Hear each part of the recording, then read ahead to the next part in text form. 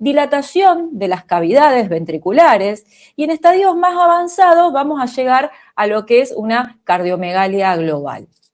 Respecto a la hipertrofia del ventrículo izquierdo, tenemos un concepto que quiero que recuerden, que la hipertrofia no necesariamente significa dilatación del ventrículo. En la hipertensión arterial, el ventrículo izquierdo tiene que trabajar contra una presión mayor como respuesta a esa sobrecarga de presión y aumenta el espesor de la pared.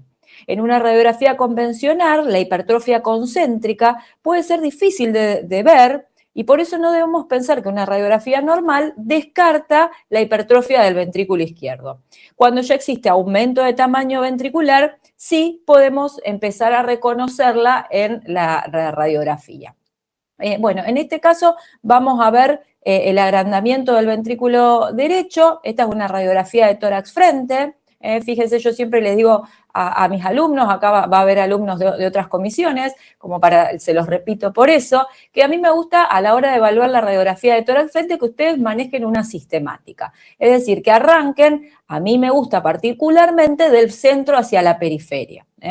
Entonces, bueno, vamos a ir viendo. Por ejemplo, la aorta, si tiene una aorta elongada, la vamos a ver el botón aórtico, vamos a ver si el mediastino está centrado. Después vamos a pasar a lo que sí es el índice cardiotorácico, y acá tenemos una herramienta muy útil para orientarnos sobre el ventrículo está aumentado o no, y es que el crecimiento del ventrículo izquierdo lo que hace es desplazar hacia abajo y hacia la izquierda a la punta del corazón. Por eso cuando miren una radiografía, no se queden solamente con el concepto de cardiomegalia, es decir, podemos calcular el índice cardiotorácico, pero es importante también mirar la silueta cardíaca y preguntarse qué borde del corazón está aumentado, hacia dónde se desplaza la punta, qué cavidad es la que puede explicar este cambio. Y esto es especialmente importante para diferenciarlo de lo que es el crecimiento del ventrículo izquierdo, que ahora lo vamos a ver también. Pero en este caso, bueno, vemos otra vez una radiografía de tórax frente, fíjense lo que les decía yo, aorta prominente o botón aórtico prominente, como le gustaba llamar al doctor Jiménez, con calcificaciones parietales, vemos una aorta elongada, vemos un mediastino centrado, y al calcular el índice cardiotorácico vamos a ver que está aumentado. De ahí vamos a pasar a evaluar los ilios pulmonares, las características de los ilios, si están ingurgitados o no. Vamos a pasar a ver el parénquima pulmonar, si tiene alguna alteración a nivel del parénquima, las cúpulas diafragmáticas con los senos costofrénicos, y el seno cardiofrénico, y después sí pasamos y no nos olvidamos de todo lo que es la caja torácica, las costillas, después lo que es ambas clavículas, los omóplatos, incluso fíjense ustedes que se pueden ver hasta las cabezas humerales. Bueno, el corazón en sueco, acá lo vemos de nuevo, fíjense que vemos el agrandamiento y el levantamiento de la punta del corazón. Esta es una radiografía de tórax frente y esta es una imagen de tomografía de tórax con contraste endovenoso, un corte coronal, fíjense que se ven las cámaras, esta es la cámara ventricular izquierda, y acá vemos la salida de los grandes vasos. Bueno, acá lo mismo, fíjense la diferencia, que era lo que yo les decía. Entonces, ¿qué diferencia vemos con el agrandamiento, entre el agrandamiento del ventrículo izquierdo y el agrandamiento del ventrículo derecho, que es lo que se llama corazón en sueco? Fíjense que el aumento del ventrículo derecho lo que modifica principalmente es la región inferior del borde cardíaco y puede generar una elevación. Fíjense que como que lo levanta la punta, bueno, a diferencia de la imagen del ventrículo izquierdo, que es que directamente desplaza la punta.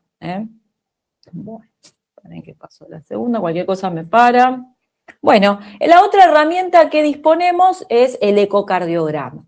El ecocardiograma, bueno, ustedes ya saben, requiere de un equipamiento adecuado, de un operador entrenado, es un método inicial en el paciente con diagnóstico de hipertensión arterial, y es en la hipertrofia del ventrículo izquierdo, habla sobre y nos da un dato importante sobre el signo del órgano blanco, que en este caso sería el corazón, y si eso aumenta o no el riesgo cardiovascular.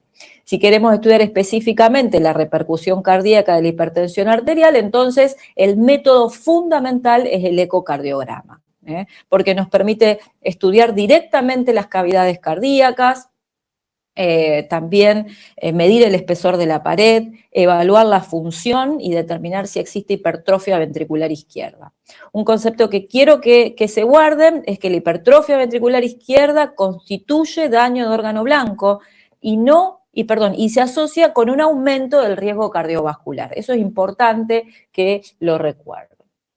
Bueno, entonces en la ecocardiografía podemos medir el tamaño de los ventrículos, las aurículas, podemos evaluar la función sistólica y diastólica, medir el espesor del septum y de la pared del ventrum, de la pared ventricular, calcular el índice de masa ventricular. Además podemos evaluar la geometría del ventrículo izquierdo mediante el espesor parietal relativo. La fracción de eyección que nos va a dar, nos va a determinar la probabilidad de que tiene el paciente, de cómo está funcionando ese corazón en pacientes con insuficiencia cardíaca. Y por lo tanto, el ecocardiograma no solamente nos dice si el corazón está grande, eso es importante que lo tengan en cuenta, sino que permite caracterizar cómo está remodelado el corazón y a su vez lo más importante es cómo funciona el corazón.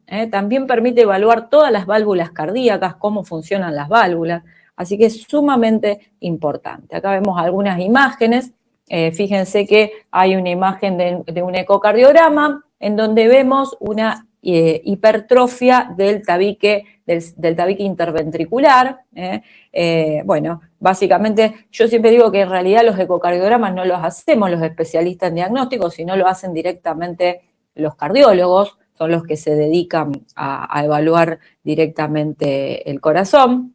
En este fíjense, a ver si vemos otro, en este caso fíjense que se ve una miocardiopatía hipertrófica simétrica, están ahí, ¿cómo se llama? La hipertrofia septal, lo que pasa es que acá, a ver si puedo, acá, la hipertrofia del septum, fíjense en acá, y acá se ve bien la hipertrofia concéntrica, con incluso el compromiso del tracto de salida. Todo esto es la evaluación de una miocardiopatía hipertrófica ya de carácter obstructivo. Bueno, y la otra herramienta que tenemos para evaluar también los órganos blancos, que son las arterias, es el Doppler de las arterias carótidas. Respecto al Doppler de las arterias, el Doppler vascular, lo que hace es otro aspecto importante en el paciente hipertenso, evalúa la enfermedad aterosclerótica. En determinados pacientes, especialmente en los de riesgo cardiovascular intermedio, es donde el Doppler vascular puede demostrar la presencia de placas de ateromas y estimar el grado de estenosis, que esto hace la gran diferencia y uno puede evaluar sobre todo qué grado de riesgo tiene realmente. Y no solamente importa que exista o no una placa, sino que también nos interesa la morfología de la placa, su composición, porque de acuerdo a la composición de la placa es lo que determina la posibilidad de eventos cardiovasculares. Si la placa es más blandita, por ejemplo, tiene más probabilidad de desprenderse y viajar y producir daño de órgano blanco, por ejemplo, a nivel cerebral, que terminaría el paciente con riesgo de ACV. ¿Se entiende lo de por qué es importante evaluar no solo el tamaño de la placa, sino las características de la placa? Bueno, el estudio Doppler carotídeo es un estudio muy sencillo, se hace en el consultorio, el paciente se hace con un transductor lineal de alta frecuencia y se puede ir evaluando lo que son las carótidas.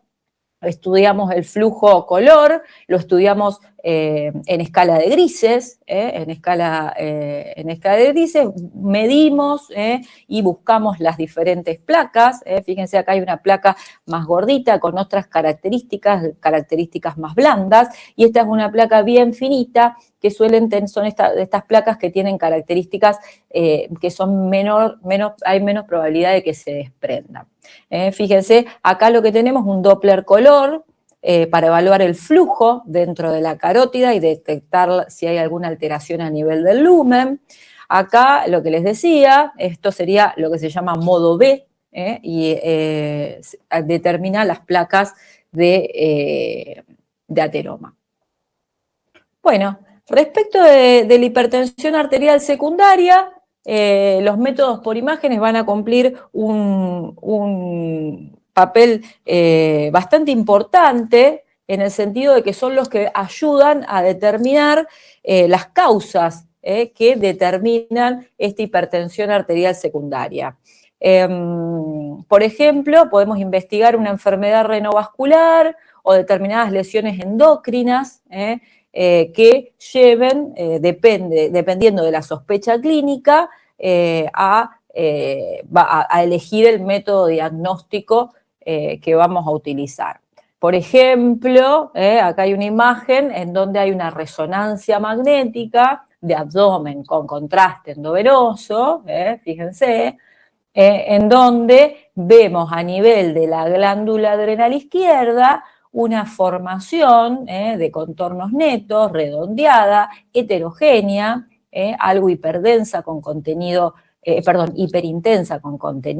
hipointenso, que lo que determina es una causa poco frecuente de hipertensión arterial secundaria, pero que se considera una de las clásicas. Es un tumor suprarrenal, el feocromocitoma, es productor de catecolaminas y se caracteriza por producir crisis paroxísticas de hipertensión arterial. A veces puede dar una hipertensión arterial sostenida, pero bueno, la sospecha clínica nos va a aportar y nos va a ayudar a establecer y elegir el mejor método diagnóstico a la hora de sospechar hipertensión arterial secundaria. Bueno, eso respecto a lo vascular, a la parte del corazón y vasos y de hipertensión. Respecto a la patología pulmonar, que nos venía faltando, que no vimos en la clase pasada, vamos a ver enfisema pulmonar, ¿se acuerdan que no lo habíamos visto? Bronquitis crónica y cáncer de pulmón. Estas son las enfermedades tradicionalmente relacionadas al tabaquismo, de más está decir de que hay cáncer de pulmón que no se relaciona con el tabaquismo, hoy en día se sabe, pero bueno, la mayor cantidad están relacionados. Respecto del enfisema, bueno, es una enfermedad pulmonar obstructiva crónica, caracterizada desde el punto de vista anatomopatológico por una dilatación anormal y permanente de los espacios aéreos distales al bronquio terminal, asociada a destrucción de las paredes alveolares. Y esto es importante, porque el enfisema no es simplemente tener mucho aire, lo que existe es una destrucción de la arquitectura pulmonar. Radiológicamente vamos a tratar de ver a ver cómo se estudia entonces esta destrucción del parénquima. Bueno, muchas veces está asociado a la bronquitis crónica. Bueno, entonces en la radiografía de tórax, ¿qué vamos a ver? Podemos buscar signos de hiperinsuflación. En el frente podemos observar aumento del volumen pulmonar, aumento de los espacios intercostales. En el perfil podemos encontrar aumento del espacio claro retroesternal. A ver si hay una imagen que me gusta más a mí. Bueno, no, ya la vamos a encontrar. Bueno, también vamos a buscar aplanamiento de los diafragmas, horizontalización de los arcos costales, aumento del contenido aéreo. Esto va a llevar a que los pulmones se vean más radiolúcidos también. Y ahora vamos a ir viendo Otro de los signos que tenemos es la aparición de bullas, que recuerden ustedes que son la presencia de cavidades de paredes delgadas. Puede haber atrapamiento aéreo en expiración, ahora vamos a buscarlo también. A veces, bueno, la tráquea ya eso es muy antiguo, lo de la tráquea en sable. Otros hallazgos es la presencia de oligoemia, con un patrón irregular y parcheado, es decir, se cambia el patrón de irrigación a nivel del pulmón. Puede haber en etapas más tardías y cuando ya aparece hipertensión pulmonar. Recuerden ustedes que el enfisema pulmonar es una de las causas que termina a trasplante de pulmón. Entonces, cuando ya la enfermedad es muy avanzada y la hipertensión arterial está presente, puede haber dilatación de las arterias pulmonares, puede haber signos de cardiomegalia derecha, bueno, y también todos los signos de lo que es la insuficiencia cardíaca derecha.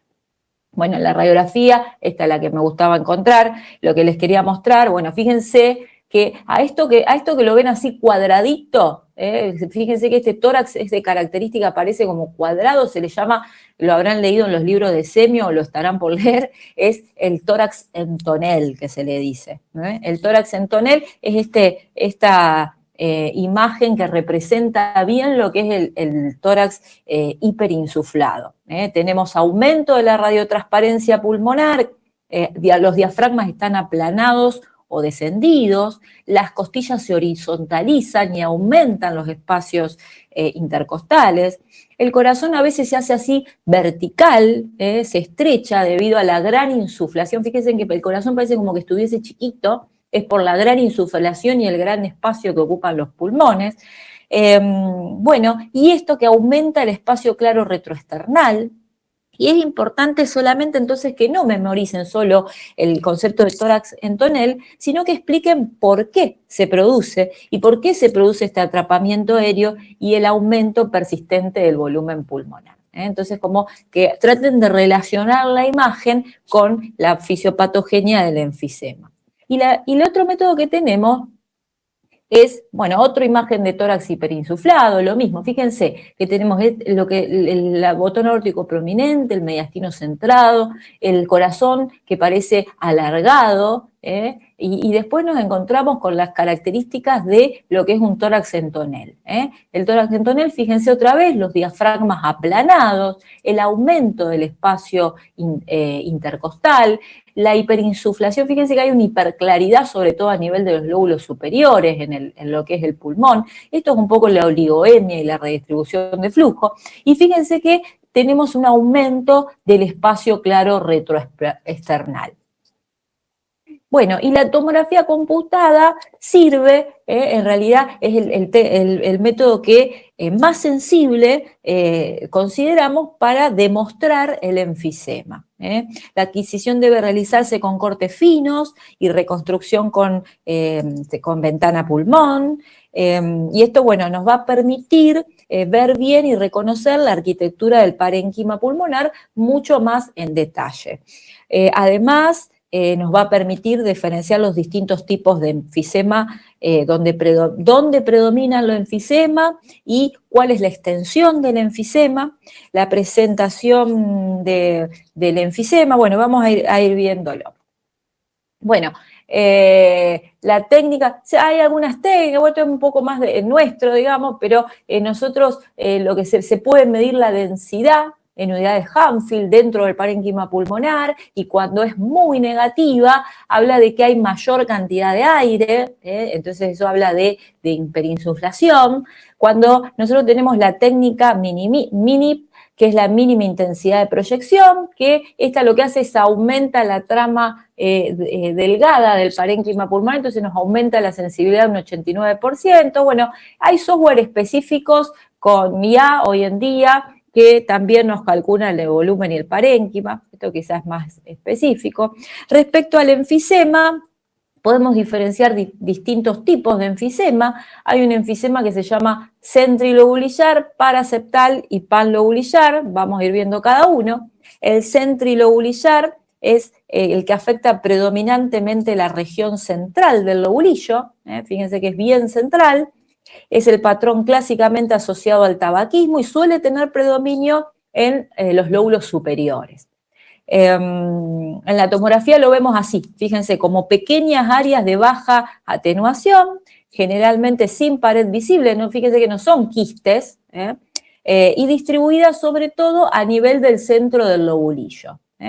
Acá, bueno, tenemos otros, ahora vamos a ver después cuando sigamos viendo, hay también otros en la periferia, porque generalmente los enfisemas se mezclan, no es que hay un enfisema único, pero fíjense, hagamos hincapié en estos que están a nivel del centro del lobulillo, que son los característicos del centrilobulillar. El paraseptal, que es el enfisema que afecta prácticamente todo el lobulillo. En la arquitectura pulmonar se destruyen los distintos componentes del lobulillo y se observan fumadores con enfermedad avanzada. También esta se asocia al déficit de alfa-1 antitripsina, donde el compromiso es aún más difuso, y el paraseptal, fíjense que se localiza principalmente a nivel de la periferia. Fíjense que este es bien el clásico ejemplo del enfisema paraseptal. Y bueno, y después tenemos lo que son ya el enfisema panlobulillar, donde tenemos la afectación pan, viene de que está afectado todo, entonces tenemos no solo centrilobulillar, sino panlobulillar, con mayor, fíjense que hay mayor alteración de la arquitectura, y ya la presencia, de lo que son las bullas enfisematosas. Fíjense que estas imágenes, acá no hay ninguna bien clara, bueno, estas de acá chiquititas paraseptales, que son espacios aéreos de gran tamaño que se van produciendo por la destrucción del parénquima. Bueno. Acá, para que lo vean, en la técnica de mínima proyección de intensidad, donde fíjense que tenemos la presencia de las bullas que van ocupando, son bien subpleurales y van ocupando los espacios, sobre todo a nivel de los lóbulos superiores. Bueno, otra de las patologías que vamos a ver, me cortan cualquier cosa, chicos, yo me entusiasmo y hablo y hablo. Si me quieren preguntar, o me preguntan todo al final, como quieran. Bueno, las bronquitis crónicas es otra de la patología. Bueno, la bronquitis crónica es una dilatación anormal y este concepto de que es irreversible del bronquio. El concepto fundamental es que estamos frente a una alteración estructural irreversible o permanente de la vía aérea. En la radiografía de tórax la podemos llegar a sospechar, pero el método ideal y diagnóstico es la tomografía para confirmarla y caracterizarla. Hallazgos radiológicos que podemos encontrar, bueno, desde normal en estadías iniciales, puede haber, fíjense que hay hiperinsuflación, signos de oligoemia, pero en ausencia de signos de enfisema. Esto no siempre es tan así, porque a veces se mezclan las características. A veces un paciente con enfisema hace una bronquitis, pero bueno, esto es un poco lo que dice el libro, en ausencia de signos de enfisema. Engrosamiento de las paredes bronquiales, arterias pulmonares tortuosas, aumento de la trama broncovascular, cardiomegalia y atrapamiento aéreo. Ahí vamos a ver un poquito de qué estamos hablando. Fíjense que se ve un patrón bronquial, fíjense que está en toda la trama, parece como si fuese un reticulado, pero en realidad es el engrosamiento de los bronquios, las paredes bronquiales están engrosadas.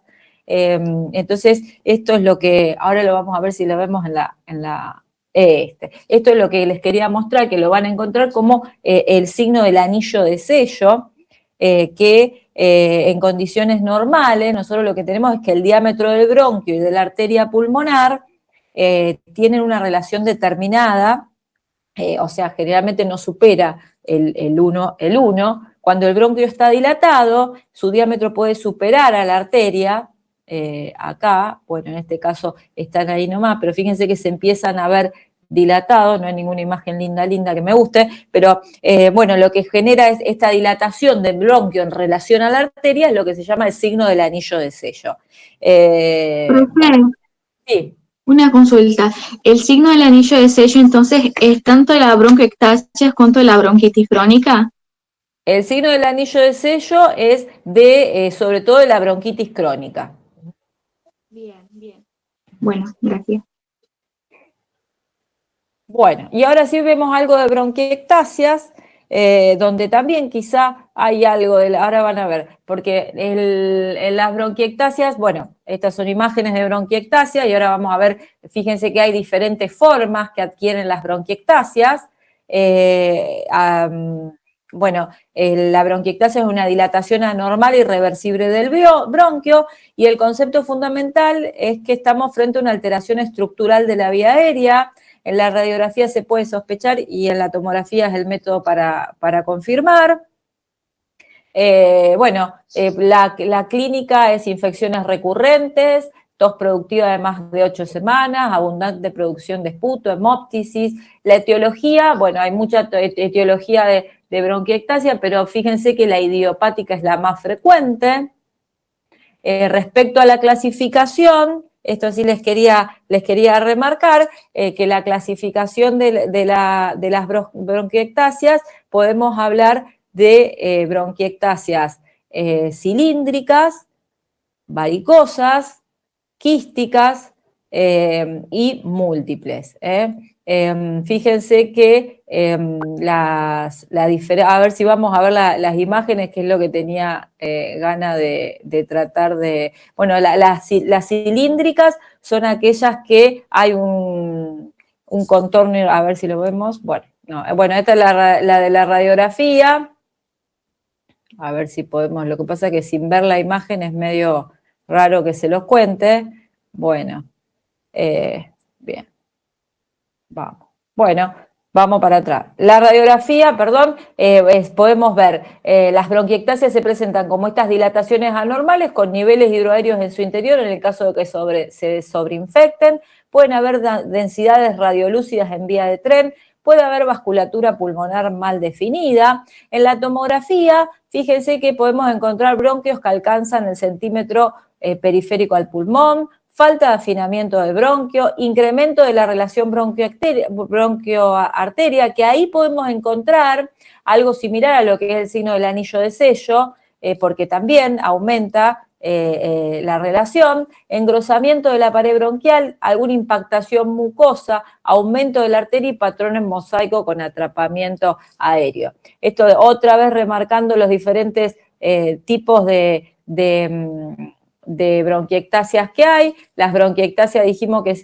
puede ser cilíndrica, cuando la dilatación es uniforme, suele tener un contorno regular y dan muchas veces, esta es la que se asocia en alguna oportunidad con lo que sería el anillo de sello, pero clásicamente es el otro.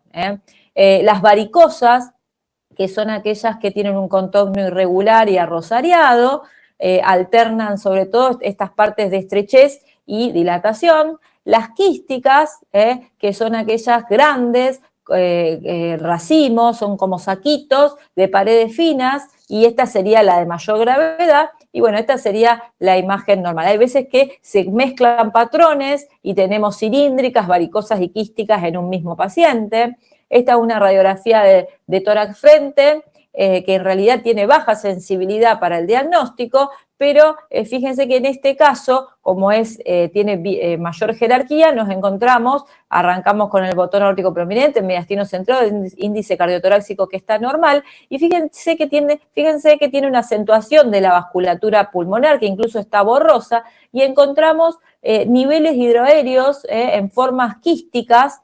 Fíjense que hay paredes, quistes de paredes delgadas, que incluso en la radiografía casi no se llega ni ver las paredes, pero nos ayuda la presencia de los niveles hidroaéreos en el interior de las cavidades. Bueno, y en la tomografía, sí. ¿Ahí el mediastino se desplaza al lado afectado? No se debería desplazar el mediastino. Ah, ok. No se debería desplazar. Bueno, esta es una tomografía de tórax axial con ventana parénquima pulmonar, en donde básicamente vemos la presencia de las cavidades quísticas, fíjense que son de paredes delgadas, y con presencia de niveles hidroaéreos en su interior. A ver si hay algún signo de sello acá como para que se los muestre, que por ahí se puede llegar. No, en este no, para ver si... acá otra imagen, tomografía de tórax ventana parénquima pulmonar, cortes axiales, en donde vemos, fíjense, las dilataciones quísticas de paredes delgadas. En este caso ninguna tiene contenido líquido, Esto hace que por ahí la radiografía de tórax entonces pierda sensibilidad, porque quizás estos quistes ni se lleguen a ver. Bueno, acá en este caso sí, fíjense que tenemos la presencia de ya lo que es un franco engrosamiento de las paredes bronquiales. A esto se le llama dedo de guante, cuando hacen estos engrosamientos que parecen deditos. Hay una falta de afinamiento distal de los bronquios, es otro de las características que tiene. Fíjense que los bronquios llegan gorditos hasta la periferia, son visibles hasta 1 centímetro de la pleura, se le dice. A veces hay ocupación mucosa de los bronquios, bueno, y a veces está la hipertrofia de las arterias bronquiales, que eso lleva por ahí al anillo de sello que podría llegar a ocurrir. Bueno, o un corte coronal, donde vemos también, fíjense, múltiples, algunas son cavidades quísticas por el engrosamiento. Todo lo que ven son bronquios, lo que pasa es que algunos se inflaman más que otros o adquieren diferentes disposiciones. Este sería el dedo de guante, este sería el quístico, son las diferentes imágenes que uno va obteniendo en la tomografía. Bueno, vamos a ver algo de cáncer de pulmón dentro de... Sí. Una consulta, en la tomografía, ¿cómo distingo entre el quiste y el nivel hidroaéreo? ¿Tiene la pared que lo recubre al quiste? No, o sea, el nivel hidroaéreo lo vas a ver dentro del quiste. El nivel hidroaéreo ocurre cuando el quiste se sobreinfecta y se ocupa de líquido. Vos pensás que el quiste es una cavidad que en condiciones normales está limpia, es una cavidad nomás. Imagínate que es un huequito que se va armando, se va destruyendo el parénquima y se va armando un quiste dentro del pulmón. Ese quiste puede estar ocupado o no, y si está ocupado por líquido, vas a ver adentro del quiste un nivel hidroaéreo. Pero no son dos cosas distintas, es el nivel hidroaéreo dentro del quiste. Ah, ok, gracias. Bien. Respecto del cáncer de pulmón, vamos a pasar a uno de los diagnósticos más importantes en el tórax. El principal factor de riesgo es el tabaquismo, y esto explica quizá la relación y por qué lo enganchamos con todos los temas anteriores. Desde el punto de vista radiológico, nuestro objetivo no es solamente detectar la masa, sino que tenemos que determinar dónde está, cómo crece, qué estructuras compromete y sobre todo estadificar, hacer la estadificación a distancia del cáncer de pulmón. Bueno, respecto a los tipos histológicos, la realidad es que la imagen no nos va a dar datos sobre la histología del tumor. Sí, hay imágenes que son más parecidas u otras y nos aportan algún dato respecto a la etiología, pero no nos va a dar la anatomía patológica, sí nos va a seguir como guía intervencionista para hacer la punción del nódulo o masa y terminar haciendo el diagnóstico histológico. Bueno, respecto a la presentación clínica quería agregar acá, después vemos la imagen porque me parece más coherente. Algo importante es que el paciente cuando hace una presentación de cáncer de pulmón puede ser asintomático, hasta un 50% de los pacientes, y cuando aparecen síntomas pueden presentarse con tos, disnea, pérdida de peso, debilidad o hemóptisis. La localización del tumor también influye. Un tumor central puede producir síntomas de obstrucción bronquial, mientras una lesión periférica puede manifestarse como dolor pleurítico o permanecer asintomática. Bueno, por eso la imagen es fundamental para determinar la causa cuando hay una clínica evidente también. Estas son diferentes imágenes que las vamos a aprovechar, de masas pulmonares. Fíjense, esta es una tomografía de tórax sin contraste endovenoso. Yo siempre digo que cuando hay que hacer un diagnóstico de una masa pulmonar, lo ideal es aplicar contraste endovenoso y eso nos va a poder determinar mejor no solo las características de la masa, sino determinar mejor el compromiso arterial y el compromiso venoso de la masa. Bueno, en este caso, fíjense que tenemos esta masa que está obstruyendo el bronquio fuente izquierdo. Acá la vemos en un corte coronal, una masa, ahí viene, es la misma masa para mí, dentro del bronquio fuente. Fíjense que tiene contornos poco netos. Esto que obstruye el bronquio va a terminar, esto correlacionándolo con lo que vimos la clase pasada, atelectasiando lo que es el parénquima pulmonar. Acá lo mismo, la misma que tiene la masa, que está comprimiendo el bronquio, está en lo que nosotros le llamamos englobando el hilio pulmonar, entonces por eso es importante que no solo evaluemos el compromiso bronquial, sino el compromiso de todas las estructuras del hilio, sobre todo vasculares, y en este caso vemos lo que decía de estudiar a distancia. Fíjense, vemos a nivel del abdomen la presencia de múltiples masas sólidas de contornos poco netos y que son altamente probables de secundarismo en este paciente, de metástasis, en este paciente con ese primario que estamos viendo en el pulmón. Bueno. Esto ya lo habíamos visto, no me acuerdo. Bueno, sí, porque pasamos para acá. Bueno, respecto a los tipos histológicos, que era lo que les decía, entre los principales tipos histológicos tenemos el adenocarcinoma, el carcinoma escamoso, carcinoma de células grandes y el carcinoma de células pequeñas.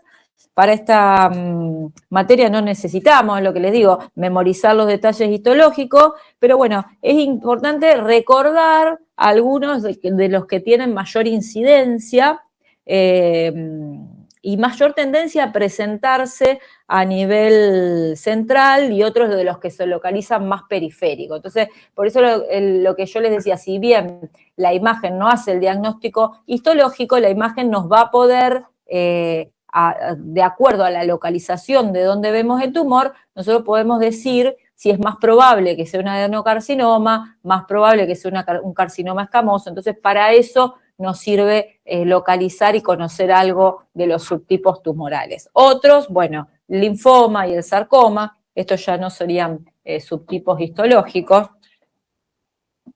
Bueno, acá vemos el ejemplo de una radiografía de tórax frente, aorta normal, mediastino centrado, índice cardiotorácico normal, y fíjense que a la hora de pasar a evaluar los ilios pulmonares, nos encontramos acá con una masa que está aumentando el hilio pulmonar, que cuando hacemos la incidencia de perfil la vemos mejor, de contornos lobulados. Bueno, hay una masa parailiar izquierda que se ve ya en la radiografía de tórax.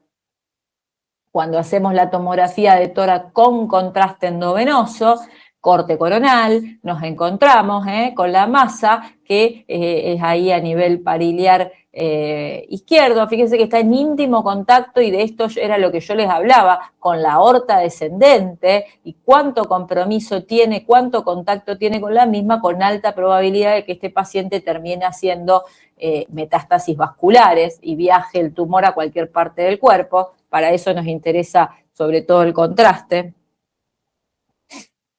Bueno, otras imágenes, fíjense, en este caso es una tomografía de tórax con contraste endovenoso, en donde vemos este tumor a nivel basal posterior izquierdo, y fíjense de contornos lobulados, y que hace compromiso de pared costal y partes blandas. Este es un tumor que excedió a lo que es el pulmón y se fue hacia partes blandas con compromiso del arco costal.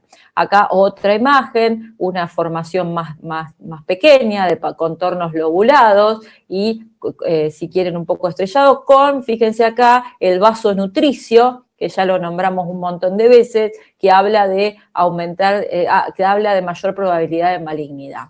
En este caso, fíjense, una tomografía de tórax de ventana parénquima pulmonar, en donde vemos ya un pulmón que está previamente enfermo. Fíjense ustedes, este pulmón tiene un montón de bullas, una patología pulmonar subyacente, y nos encontramos con esta masa cavitada que acá les puedo mostrar francamente la diferencia de la masa quística que decíamos. Fíjense qué distinta que son las paredes de esta masa cavitada de una bulla o de un quiste de bronquiectasia.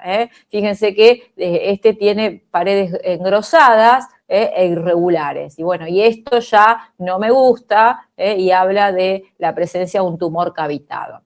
Esta es una tomografía de un pedacito de tomografía de tórax. Fíjense que solo estamos viendo un ápice pulmonar, en este caso el ápice pulmonar derecho, en donde vemos también la presencia de una masa de contornos poco netos, sólida, bueno, y con muchos vasitos que la están nutriendo.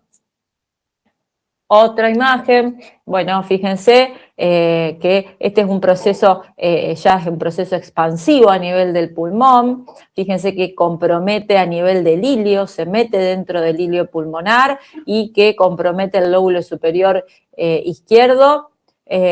Fíjense que es de contornos bien lobulados, que es irregular. Estas imágenes que hablan de que tiene diferentes densidades dentro del tumor, hablan de que probablemente el tumor tenga zonas de necrosis dentro del mismo. Fíjense cómo compromete la arteria pulmonar, la está prácticamente colapsando, la arteria pulmonar homolateral.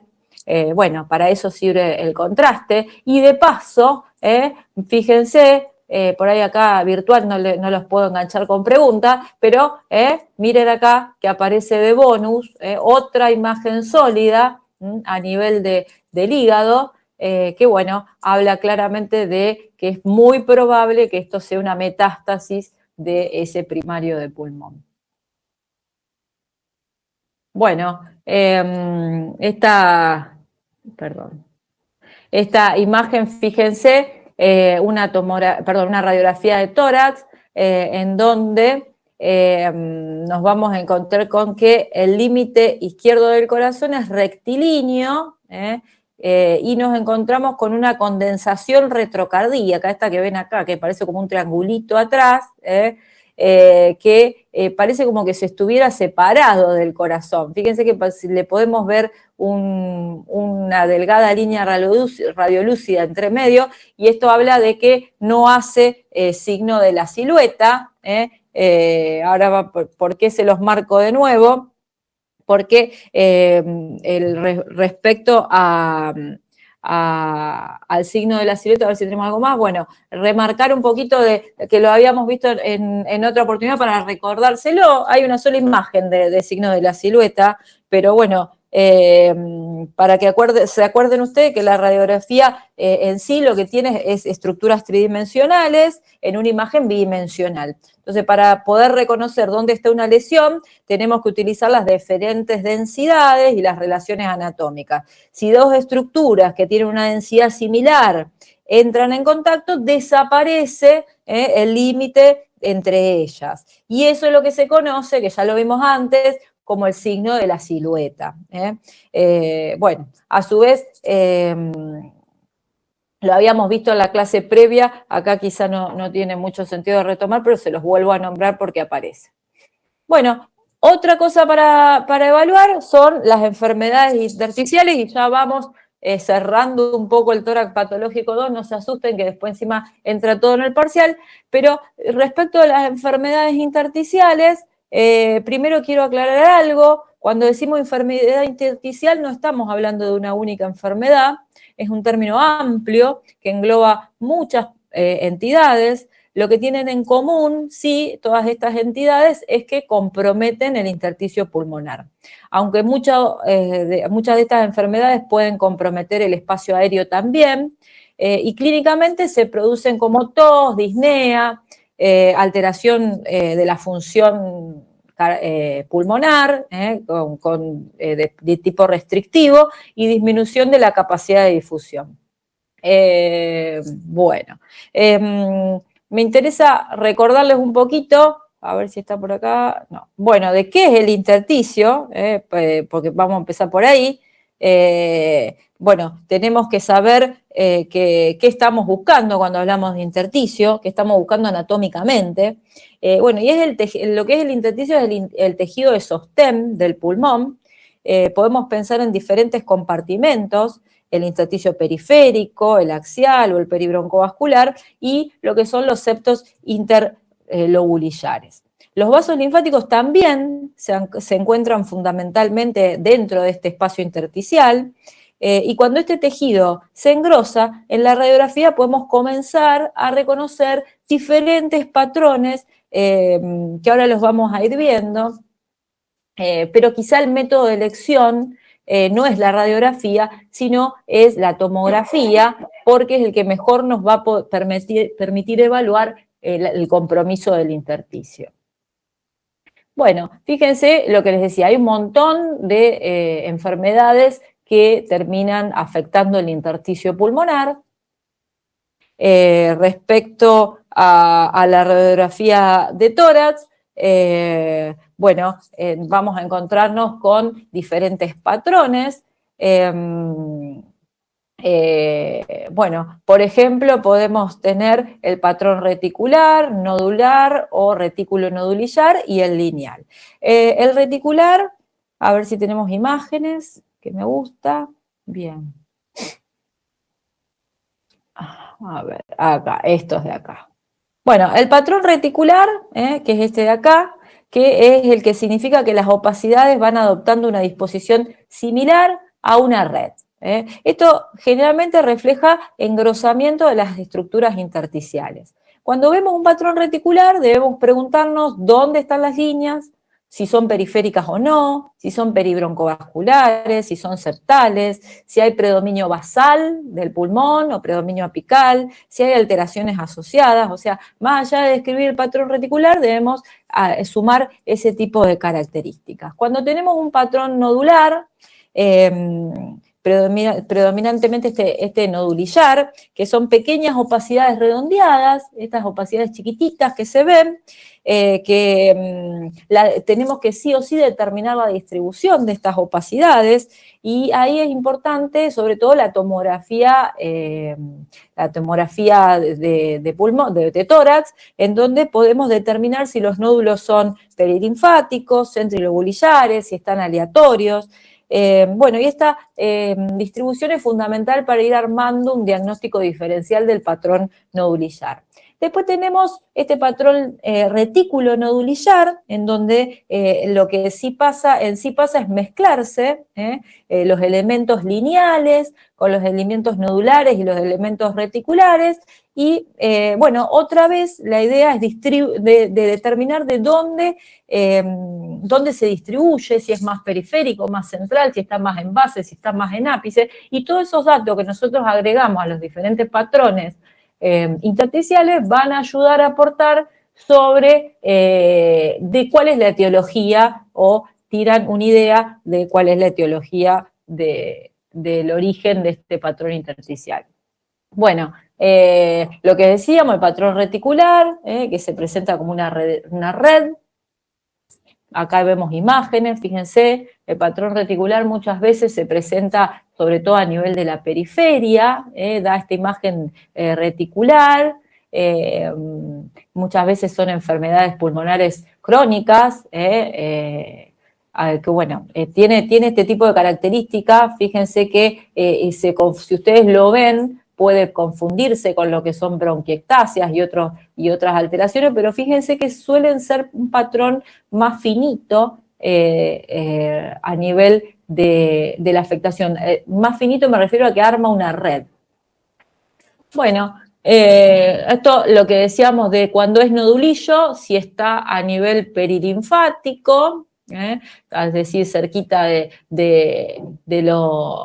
si está cerquita de los vasos linfáticos, si está centrilobulillar, en el centro del lobulillo, o si está en cualquiera de los dos lados. Esto también nos aporta datos respecto a la probabilidad de qué enfermedad puede ser que está produciendo el patrón micronodulillar.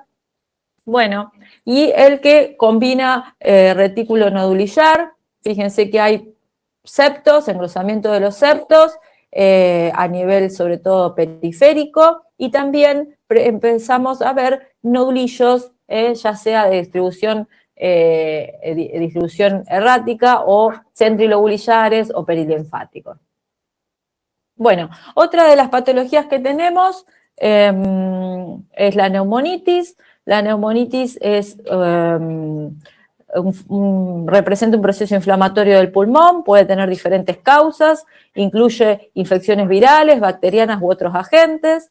En las imágenes, dependiendo del agente y del grado del compromiso, podemos encontrar en la neumonitis alteración del intersticio, del espacio aéreo o una combinación de ambos. Y bueno, lo importante es nuevamente tratar de establecer una correlación de la clínica.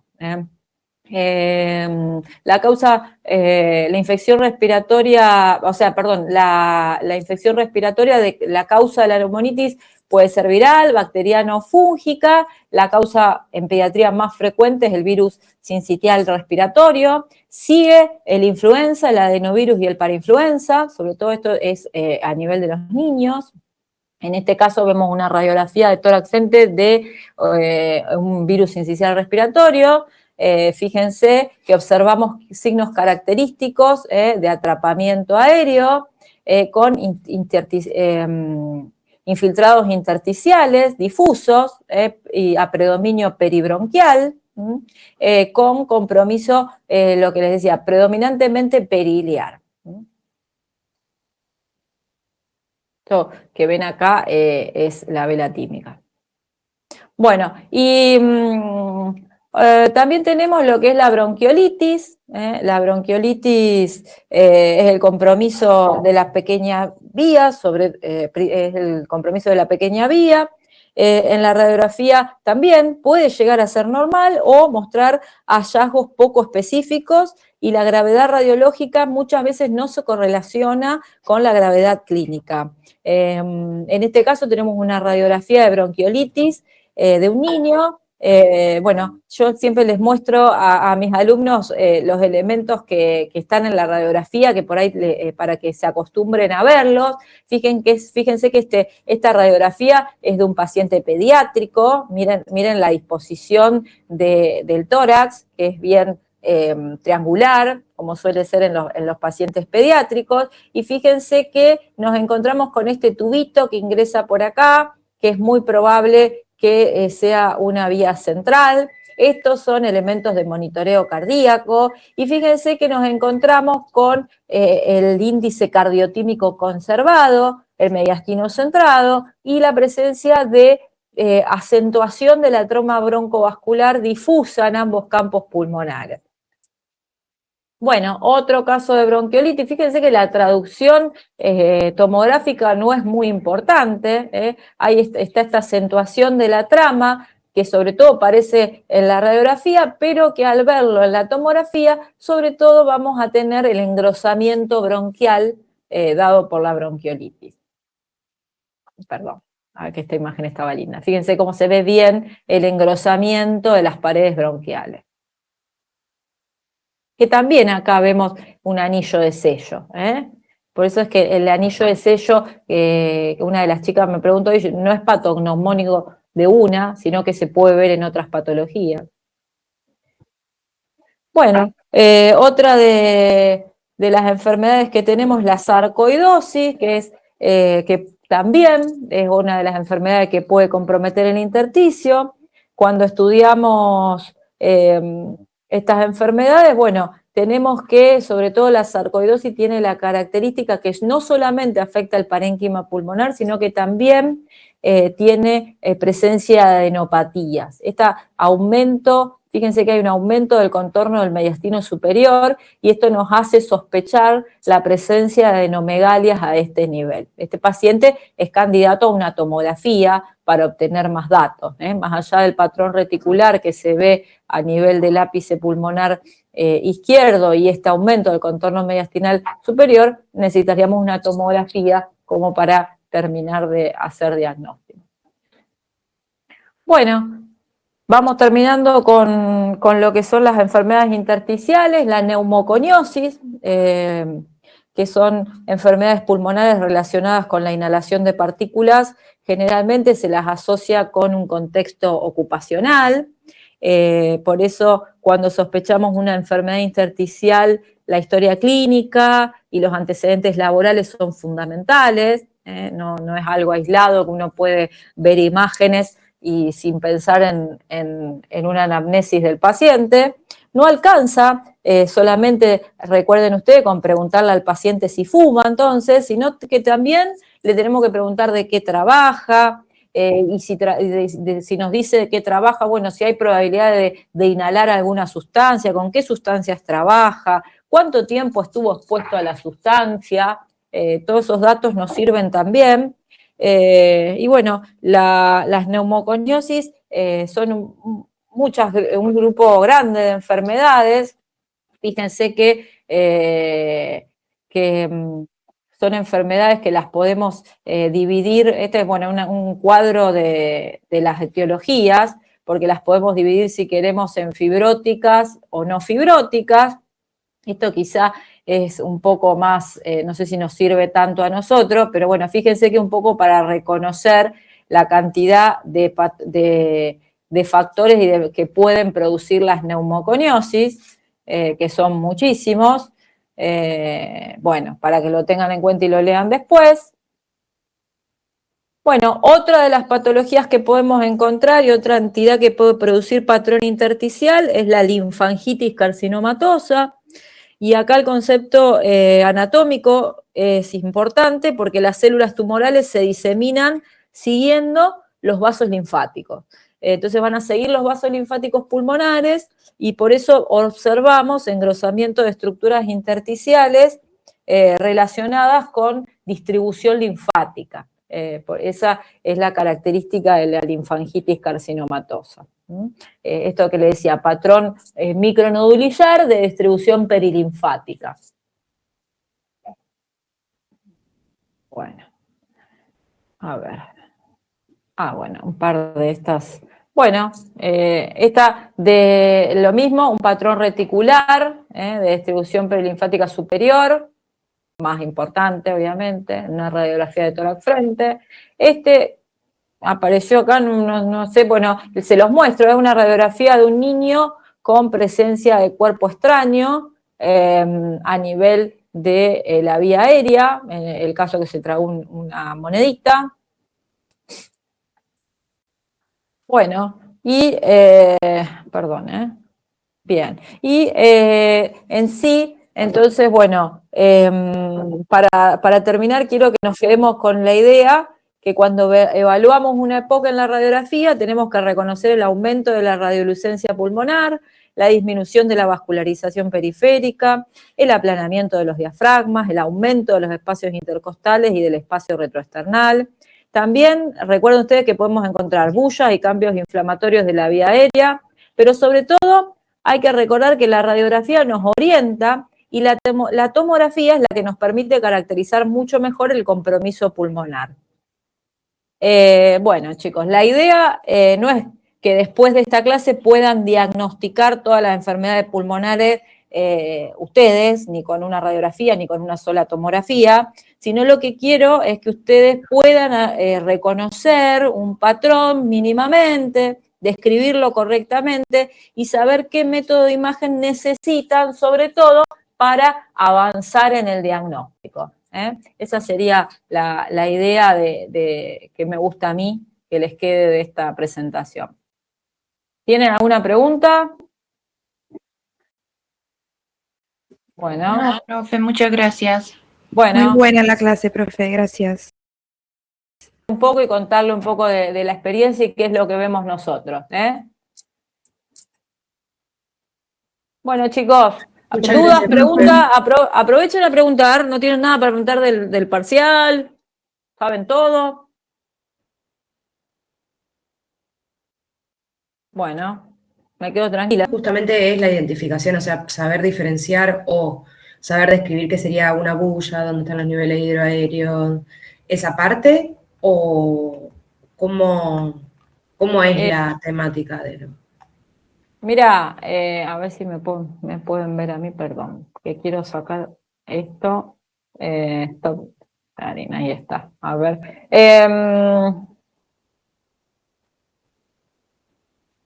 Hola, hola. Oh, qué boba, me desconecté. Ahí está, Sí. ahí estoy, quería aparecer yo. Mira, sí, la realidad que lo que tomamos viste, de acuerdo, ¿vos decís los parciales o los finales? Perdón, los parciales me dijiste. Sí, para estos parciales de defensa. Y para los parciales, mira, vamos a tomar más que nada que ustedes sepan cuáles son los patrones que existen y de acuerdo a la sospecha de cada patología, saber de qué manera estudiarla. Entonces, por ejemplo, si vos sospechás enfermedad intersticial, bueno, ¿qué método por estudio es el mejor, por ejemplo? ¿Me entendés? Si vos sospechás enfermedad a nivel del bronquio, ¿cuál es el método por estudio mejor? ¿Para qué sirve en el caso del cáncer de pulmón los métodos diagnósticos? ¿Cuáles sirven? ¿Cómo se estudia? Quizás no meternos en la patología propiamente dicha, como, viste, por ejemplo, esas listas enormes que había de causas de neumoconiosis, no nos vamos a poner a preguntar eso, pero sí me interesa que sepas qué es una neumoconiosis y cómo se puede estudiar, por ejemplo, que es lo que queremos nosotros que les quede de nuestra área. Bien, bien. Buenísimo, profe. Gracias. Yo sé que ustedes de patología todavía han visto muy poco, entonces es como que no podemos ser pretenciosos de tomarle mucho de patología. La idea es conocer el concepto de qué patología es y, bueno, y cómo se estudia, digamos, pero no meternos mucho más a preguntar sobre la patología en sí.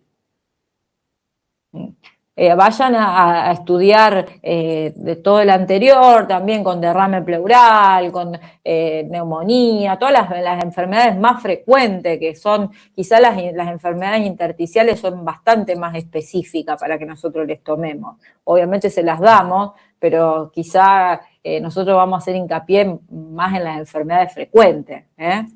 Bien, bien. Gracias. Listo. Bueno.